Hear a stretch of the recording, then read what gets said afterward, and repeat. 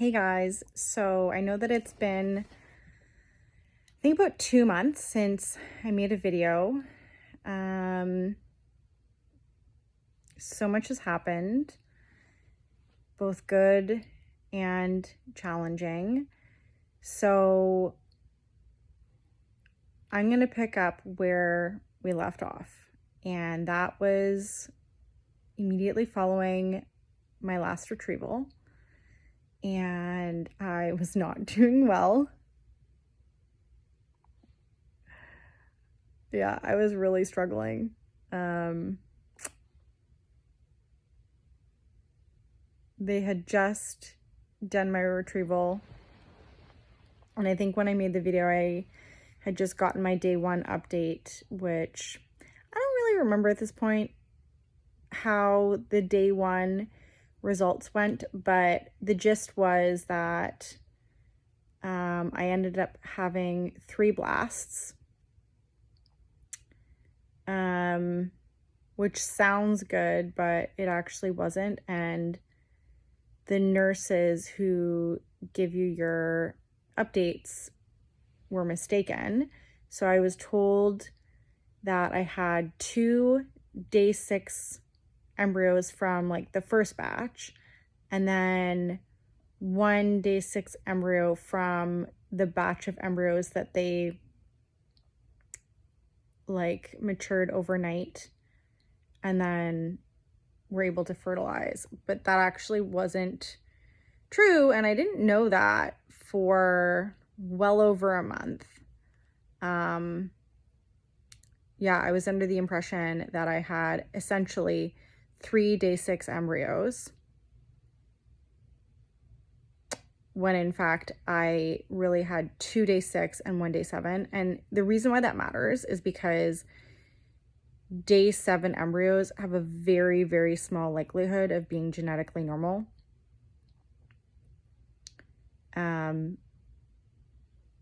Because it's pretty normal for an embryo to take like 5 to 6 days to reach maturity, but if it takes 7 days, it's really kind of out of the range of normal, which suggests that the genetics just like aren't working properly, which is why they have such a low euploidy rate. In any event, so I had them PGT tested, and I thought, like, I felt pretty confident at that moment going into the PGT testing, because I was mistakenly informed that I had 3 day 6 embryos, 2 from the first batch, 1 from the second batch, when in fact I only had 2 day 6 embryos. And my euploidy rate, I haven't calculated it with the new stats, but it was like around 40%, 40-50%. So it was like feeling pretty confident that I would have 1 genetically normal out of the bunch. So while the like 6-7 day wait for the embryos to grow was like a friggin' roller coaster ride, because I mean, the stim cycle, I just knew something was wrong. And then the fertilization rate was super low. Or was it? I forget. Anyway, it was kind of a roller coaster.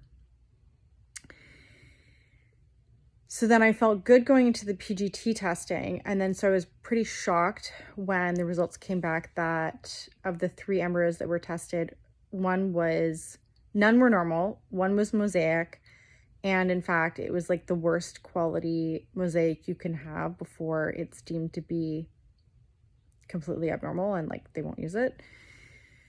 So that was pretty disheartening, because I mean, I spent a ton of money to get what I was hoping to be 1 more genetically normal embryo. And having that extra embryo would have given me the peace of mind that I would for sure be able to have the family that I'd like to have one day. So that was pretty upsetting. and I had to make some decisions about what we're going to do next. And so after talking with my doctor, we decided to move on to the next step, which was that I had a surgery on my uterus to correct a small abnormality. So I think it's like 10% of women, or maybe it's 5%, have a small defect in their uterus, and it's called a septum. So I'm holding my phone right now, so I can't really like show it, but like your uterus is kind of, not exactly, but like call it pie shaped, not pie shaped, like pizza slice shaped, like a piece of pie or a slice of pizza kind of shaped. It's not exactly like that, but you get the idea. So if that's what a woman's uterus is supposed to look like, mine was like slightly heart-shaped. And so like the pointy down bit in the heart, that's not supposed to be there. And if it's over a certain size, it can cause like miscarriages. And mine was borderline between definitely not going to be a problem and definitely going to be a problem. So we decided to remove it just to err on the side of caution. And that was like excruciatingly painful. I was like vomiting. I was having trouble sleeping, because what they do is they remove the deviation and then they put like a small balloon inside your uterus to ensure that your uterus like heals correctly. And my body did not like that thing. Like I felt nauseous for about a week. I think they keep it in for 10 days. I had trouble walking for like over a week. A few days after the surgery, things got so bad that I was vomiting nonstop, and I like called my doctor in the middle of the night to find out what to do, and I ended up having to go out to the drugstore and buy like Gravol at like 1 a.m. So I would stop vomiting. And it turns out I was vomiting because of the pain. So that was really rough. And then I think it was after that the PGT test results came back. And then I had to decide like what we were going to do next. I didn't want to do another cycle. Hopefully we're done with that. And because like right now I have 7 usable embryos. 5 are normal, 2 are mosaic. One of the mosaic, because of the type it is and everything, if it was retested, it would probably come back normal. But then the 7th one is like worst of the worst. And also, just because something's genetically normal doesn't mean it's going to implant. Like the average euploid embryo has like a 50-60% live birth rate, which is great. My embryos, however, the appearance of them, so if you ever heard about like a grade A embryo, grade B, grade C, mine are all like C's and D's, and a lot of clinics don't even keep grade D embryos. So because they don't have like a high success rate.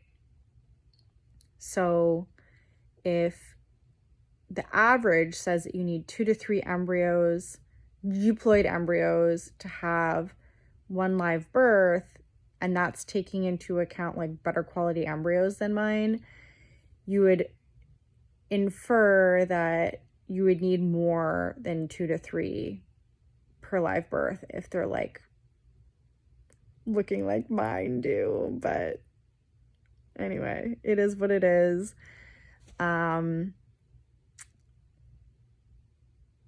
Fingers crossed, like we'll be fine. So my doctor and I decided to move on to next steps, and we have begun preparation for my first embryo transfer, which is, oh my God, so exciting and also like nerve-wracking because I've wanted to be a mom for so long. Like for almost the last 20 years, I've lived my life with the purpose and goal and intent to have a family. And now we're like at the precipice of the beginning of that, which is amazing. So yeah, so we've started the medication for my first embryo transfer, and right now I'm on some estrogen patches, and soon we're gonna start the progesterone, and we're gonna do the embryo transfer. I think it's in like 10 days, something like that. So yeah, that's pretty exciting.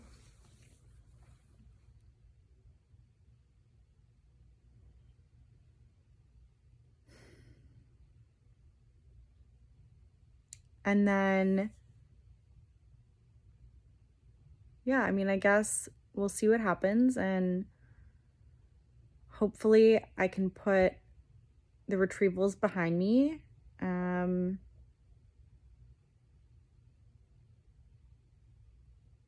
get pregnant.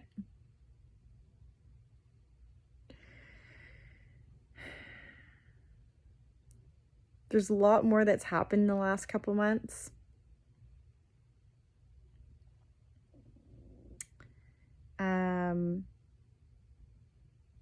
There's been other stressful things that have been going on. Like I mentioned how my first doctor was not good, and she actually, I don't know, I think I mentioned this, that when I fired her, the day before what would have been my last retrieval with her, I like wrote a letter to her and dropped it off in the morning explaining why I had fired her. And then she like barged into the OR like prep room that I was in, and she was coercing me into trying to give her back the surgery. And I just kept telling her, like, I'm sedated. I've taken benzos, like because I have a needle phobia. And I was just waiting for the nurses, for the benzos to like take effect and the nurses to come back in so they could put the IV in my vein. And she's like, my doctor was trying to steal the surgery back, and I kept saying, like, I can't have this conversation right now. I've taken benzos, like, we can talk another time. And she kept like being like, no, like, you need to give me the surgery back for this reason, for that reason, blah, blah, blah, blah, blah. And it really just didn't sit right with me. And so a couple weeks ago, I contacted a lawyer to find out the legality of the situation. And so my doctor attempted to break the law. I said no, and so she wasn't successful. But if I had said yes and given her the surgery back while I was sedated, that would have been assault. So while she didn't break the criminal code, she definitely broke the code of ethics for the College of Physicians and Surgeons where I live. So that's really bad. And the lawyer advised me that while I didn't have a malpractice suit, I did have a case against my doctor, and that I could bring this up with my clinic. And I probably shouldn't say more than that. But anyway, I'm now in discussions with my IVF clinic to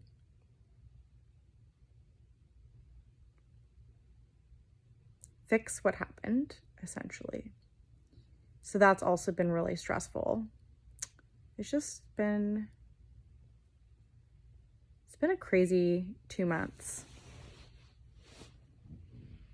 Oh my God.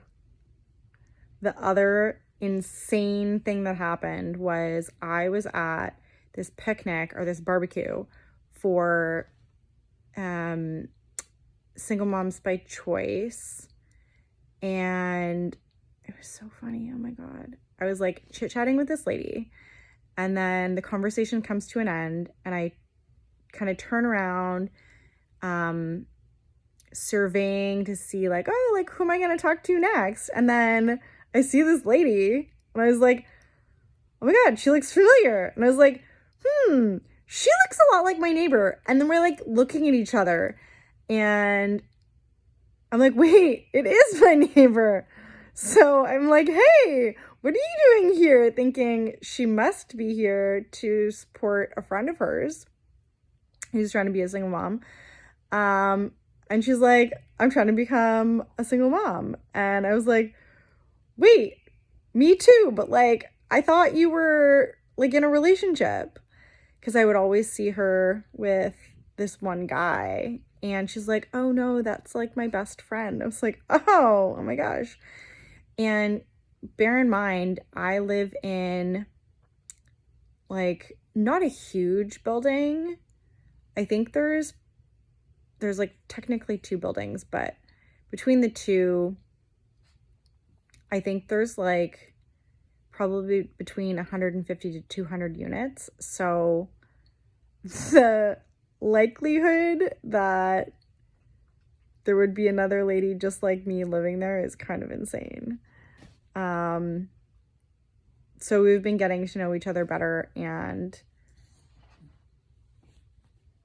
yeah, talking about our experiences with the whole process and what like brought us here and all that. So anyway, that's like so crazy to me. So yeah, it's been a real roller coaster, and I have other things going on in my life outside of IVF. So I apologize for the delays. I'm starting to feel more like myself again. It's just been so insane. But